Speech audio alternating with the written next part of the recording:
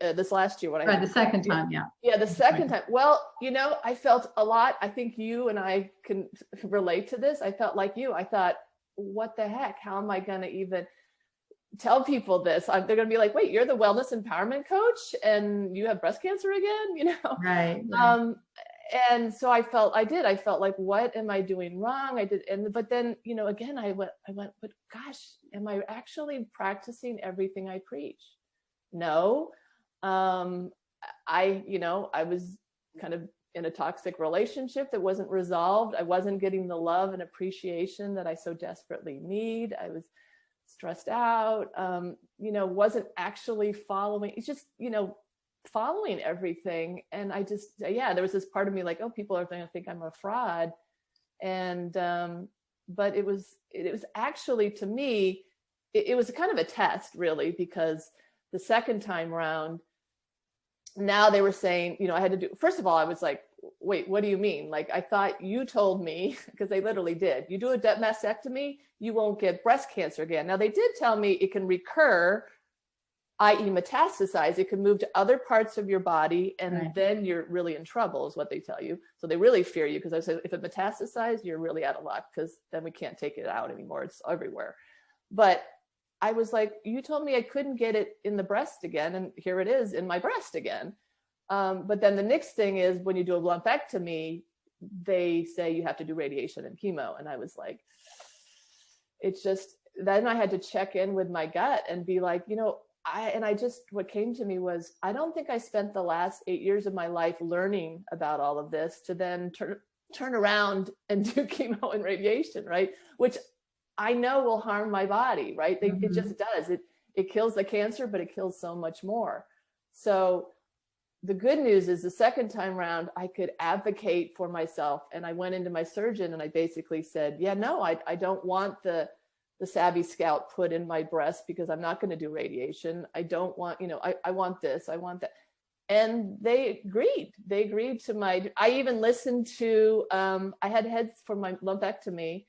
I listened to successful surgeries, or whatever, one of these, meditations that I was listening to in the background.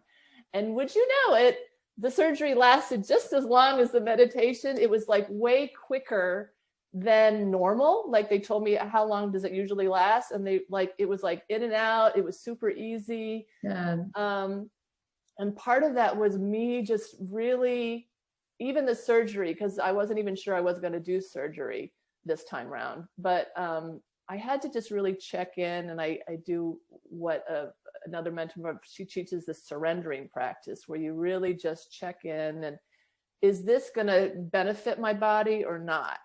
And in this case, it kind of was like, since I knew I wasn't going to do all the other stuff, it was like, well, what do I, what can I take from traditional medicine and, alternative? So I'm doing a little bit of everything with this second time around.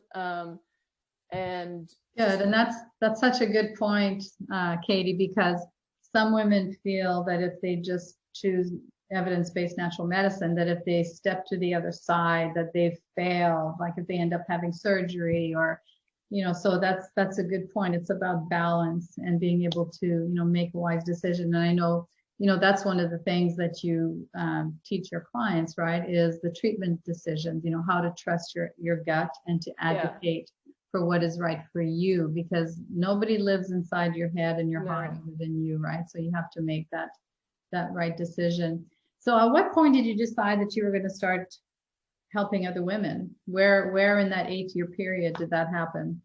So I guess it was, so I think I started Katie Rampen's Healthy Families, now 3 years ago, something like that. So it was, it was kind of like, it kind of made sense. Actually, it's interesting because right now there's also what's going on in addition to the Truth About Cancer.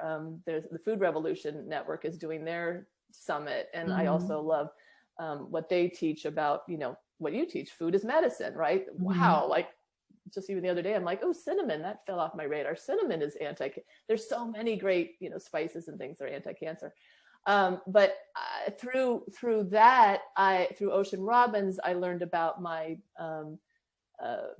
business, what ended up being my visionary entrepreneur business coach, Ryan Eliason. And, and it was kind of like I'd wanted to do this work, but I'd never really thought of making it a business, doing it. And it was like, I tried to get a job sort of doing what I'm doing, and I couldn't find one. So then I'm like, I think I'm just going to do this like myself. And then, he helped me actually make that a reality. And it started with the healthy families, because my thought was, again, being a mother, I was like, all these kids out there, they have all, do we think it's a coincidence that there's this huge raise in autism and allergies and all, obesity and all these problems? No. And it's like, and I thought, let's get to the moms and get to the kids and start there.